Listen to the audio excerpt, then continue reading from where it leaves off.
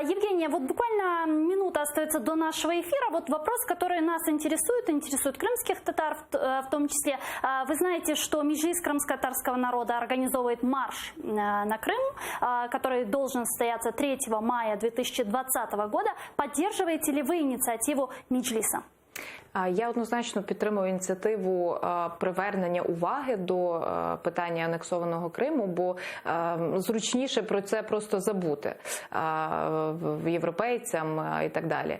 Єдине, що треба дуже ретельно планувати і дуже оцінювати ризики, бо дуже би не хотілося, щоб зросла кількість полонених на території окупованого Криму. Тобто, так, як привернення, як акція, так, але ми зовсім не можемо спрогнозувати, як себе будуть поводити російські силовики, наскільки жорстко вони можуть поводитися з учасниками цієї акції, коли, якщо вони перетнуть кордон. Тому тут треба бути дуже обачливим.